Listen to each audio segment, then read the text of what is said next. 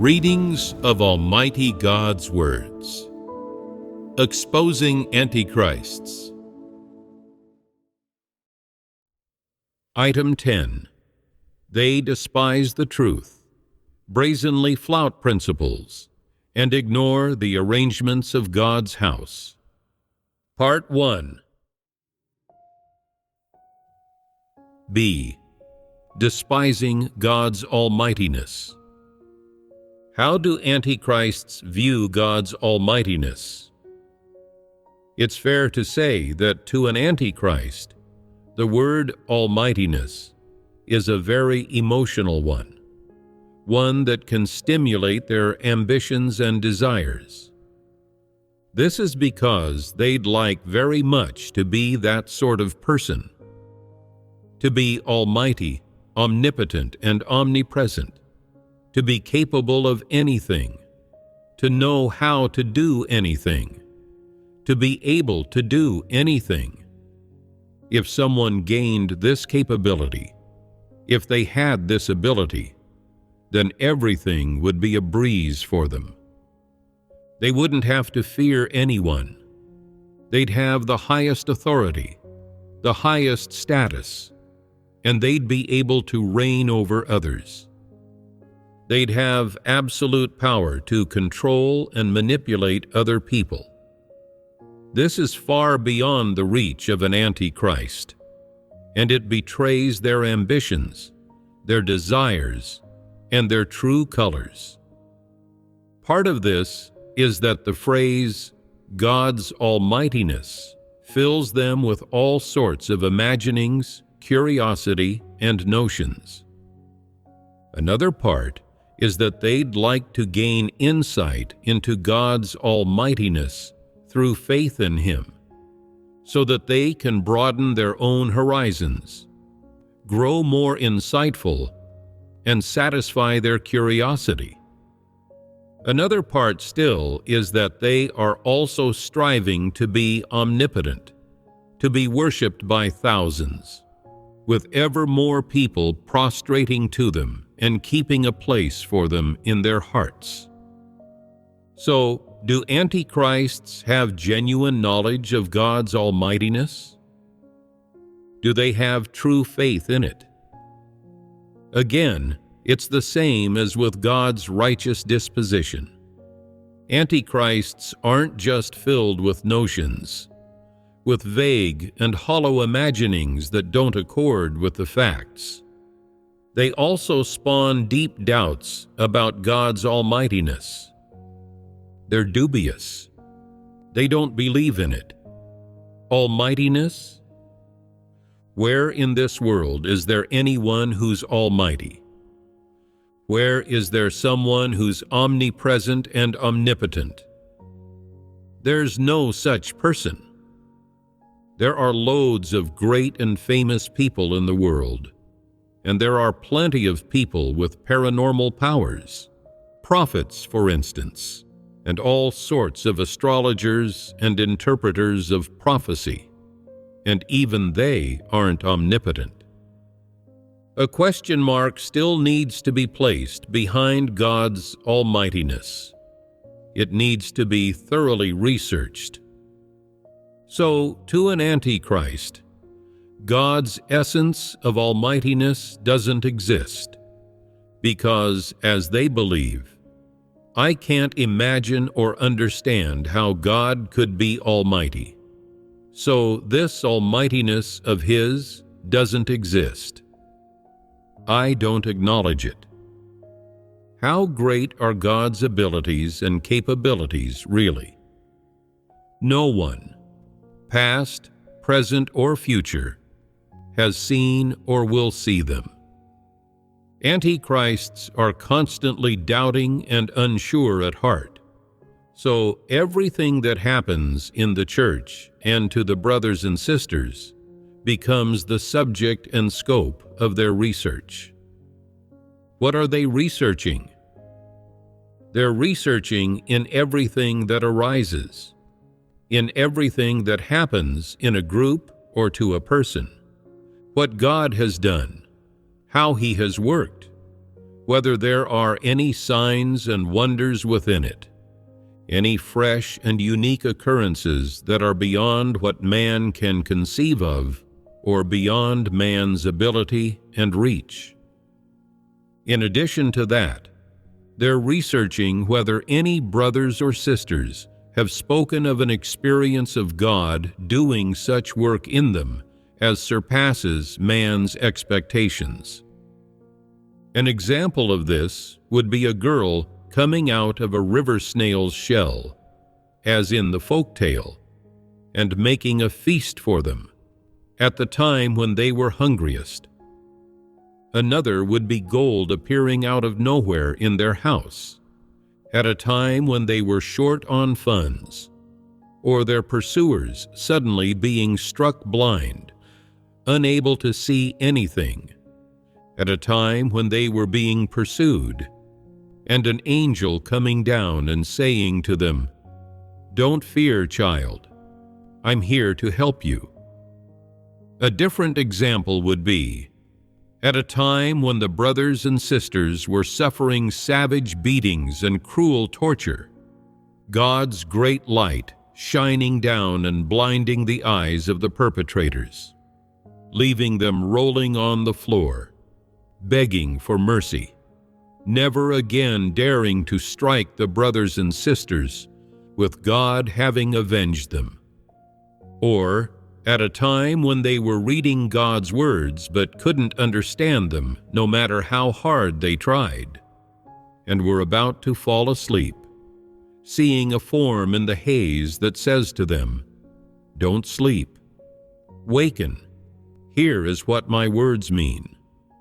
Or, when something happened and they were about to make a mistake, being alerted by a powerful internal rebuke and discipline that doing that would be wrong, and that doing this would be right. If any of these things, which ordinary people can't experience and aren't capable of, happened in the church, in God's house, in anyone who follows God, that would suffice to prove that God is almighty. If no such things happen, or if they happen quite infrequently, and even if they do happen, it's just hearsay anyway, and so their factuality and believability are greatly compromised, then is God's almightiness a fact, or isn't it? Does God possess the essence of almightiness, or doesn't he? In the heart of an antichrist, they put question marks behind these ideas.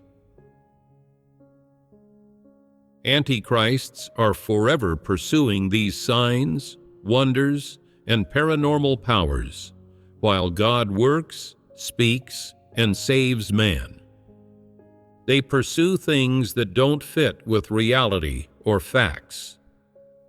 These things they pursue have nothing at all to do with God's work of saving man, or with the truth, or with a change to man's disposition. But still, they're bent on pursuing them. They're full of curiosity about God's almightiness. Often, in their prayers, they'll request of God, "O God, would you reveal your almightiness to me? O God, are you not almighty? If you are, I ask you to settle this matter for me. God, if you are almighty, omnipotent, and omnipresent, I beg you to help me, as I'm now faced with challenges. God, if you are almighty, I beg you to take the ailments from my body, to take the circumstances I'm faced with away, to help me avert danger. God, if you are almighty, I beg you, as I do my duty, to make me smart and clever, talented and gifted overnight, so that I can grasp the professional skills without having to study them, become an expert, and be distinguished from others. O God, if you are almighty, I ask you to punish and visit retribution on those who malign and mock my faith in you. Make them blind of eye and deaf, with sores on their heads, and pus coming from the soles of their feet. Let them die like dogs. God, if you are almighty, I beg you, let me see your almightiness. God has said so many words and done so much work, yet antichrists turn a blind eye to it and brush it aside. They never take God's words to heart, nor do they take to heart His work and each step of His important work of saving man, or take it seriously. Instead, they're bent on asking for signs and wonders, for God to perform miracles amid His work, asking that God do special things that will open their eyes and satisfy their curiosity in order to prove His existence, to prove that He is almighty. What's more laughable is that antichrists even appeal to God in prayer. O God, I can't see you, so my faith is small. I ask you to reveal your real person to me, even if only in a dream.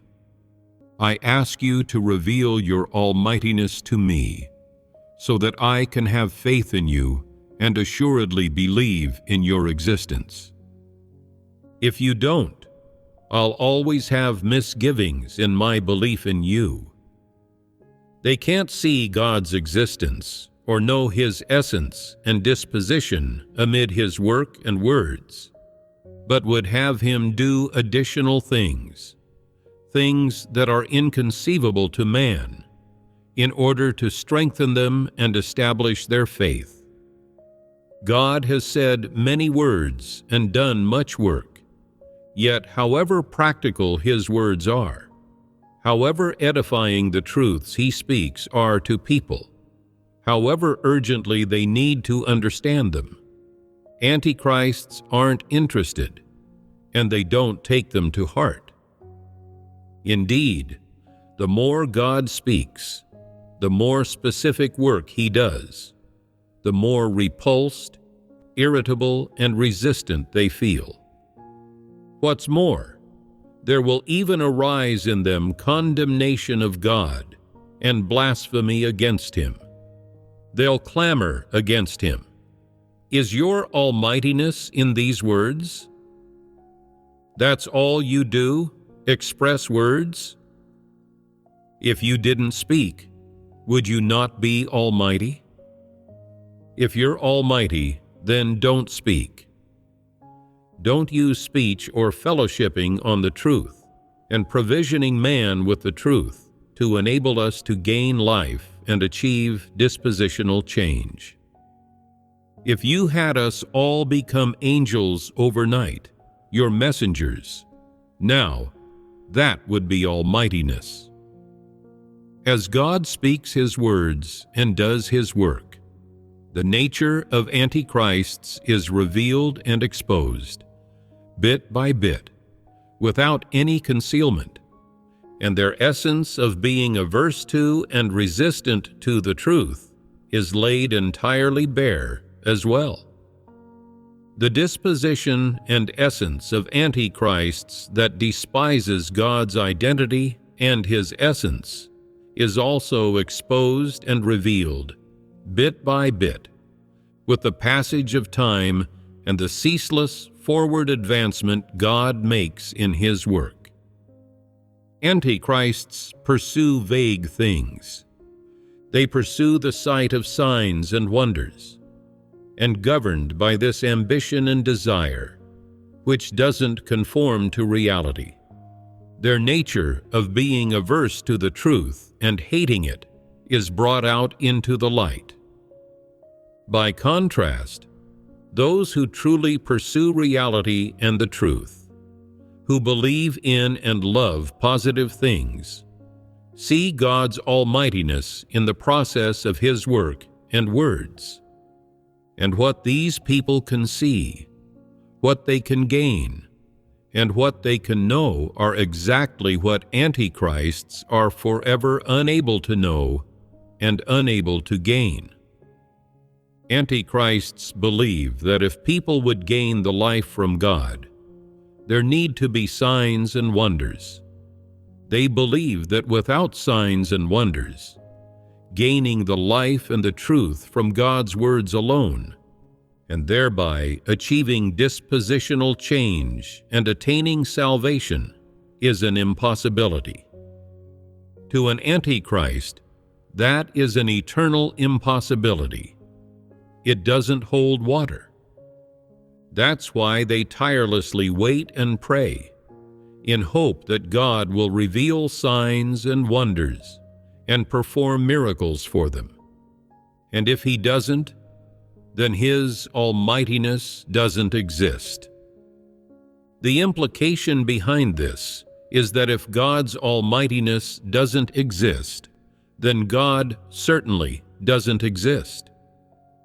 This is the logic of antichrists. They condemn God's righteousness, and they condemn His almightiness. While God is saving people, antichrists are entirely uninterested in His words, His various requirements, and His intentions.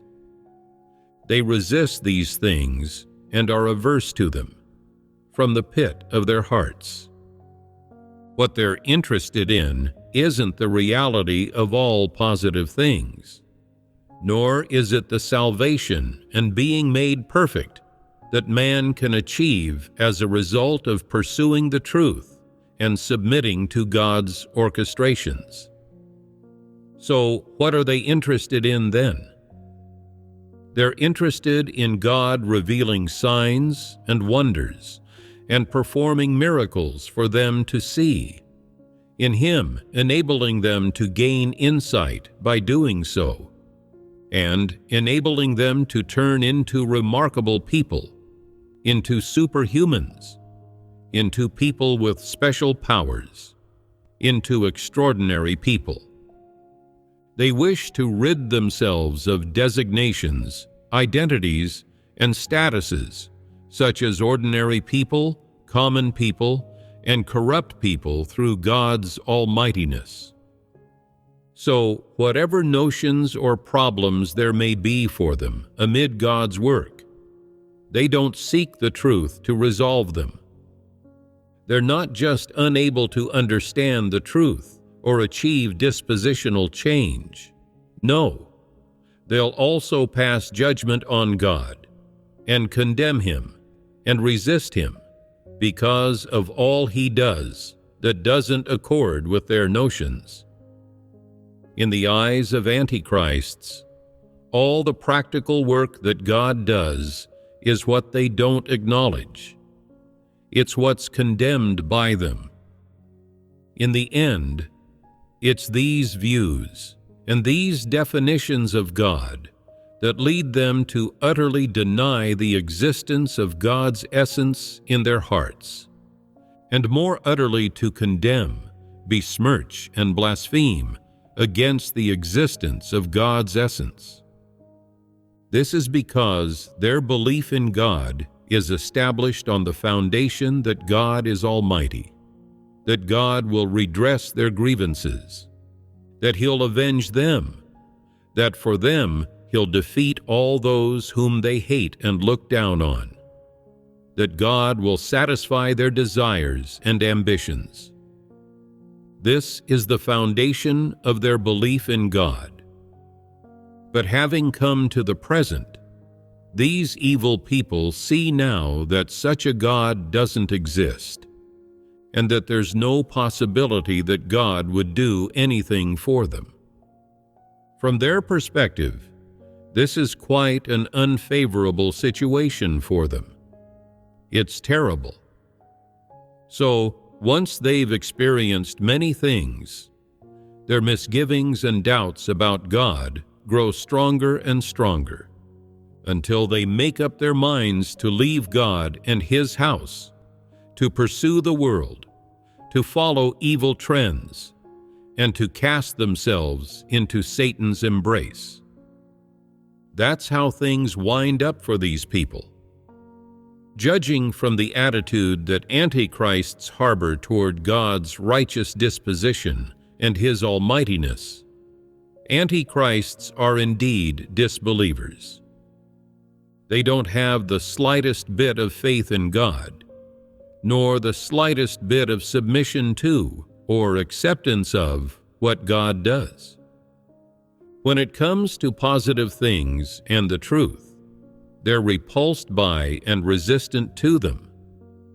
That's why, no matter how you look at it, the disbeliever essence of antichrists truly does exist. It's not something others impose on them, and it's not making a mountain out of a molehill. This essence of theirs is defined on the basis of all the views and approaches they reveal when things befall them. Antichrists believe in God for years without being able to see the fact that God is sovereign over man's fate. They can't understand that fact. They can't understand a fact, though it's laid out in front of their eyes. Is that not blindness? God's righteous disposition and His almightiness are often revealed in the work of the church, in His chosen people, and in all sorts of things that occur. He lets people see these things everywhere, but antichrists, being blind, can't see them. When antichrists have followed God for many years, they'll say that famous phrase, "I've believed in God for so many years, and what have I gained?" It seems they really haven't gained anything. God has poured out His life for man, but antichrists have gained nothing. Isn't that pitiable? It really is. That phrase of antichrists illustrates the problem so well. Everyone who hears God's words and experiences His work, who accepts His words as their life, would say, "We've believed in God for so many years, and we've gained so much from Him. Not just grace and blessings, His protection and His mercy. What's more important is that from God, we've understood and gained so many truths. We live with the likeness of humans, with dignity. We know how to conduct ourselves. We owe God so much. Compared to the price He pays, to what He does for us, our little hardships aren't even worth mentioning. Man should repay God's love. Antichrists, however, are quite the opposite. They say, "God's been at work these last few years, so how come I haven't gained anything? You all say you've gained this and that, had this or that experience. But will those experiences keep you fed? What do those experiences amount to? Next to blessings, to grace, to seeing signs and wonders, aren't they entirely unworthy of mention? That's why I feel that in my many years of belief in God, I haven't gained anything. Next to the suffering I've endured, to what I've forsaken and expended for God, the things I've gained haven't been worth it at all.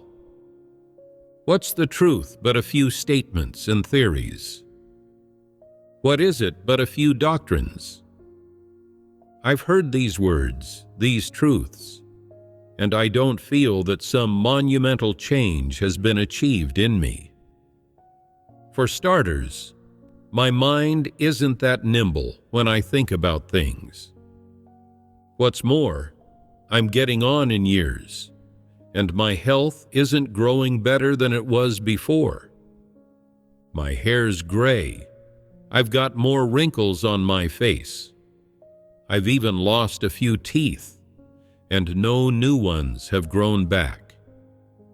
God says those who are saved are like fresh, lively children. And here I am, an old bag of bones with an old man's face. I haven't turned into a child. Going by God's words, gray-haired old people can turn into raven-haired youths. How come I haven't changed? God says He'll completely transform people, but that hasn't happened to me. I haven't become a new person. I'm still me, and when things happen to me, I still have to figure out how to handle them on my own. My fleshly difficulties are increasing too. I'm often weak and negative. And what's more, my memory's been bad over the last 2 years. I read God's words so much, but He hasn't strengthened my memory. Can't God give people a bit of a special ability, one that keeps their bodies from aging? I feel the biggest issue right now is people transforming completely. The truth doesn't seem able to solve that problem. If God would say something that truly could turn someone into a new person, with the appearance of a shining angel, who can become disembodied, who can escape through solid walls, who, when faced with persecution and danger, can utter an incantation and disappear, and be forever beyond grasp.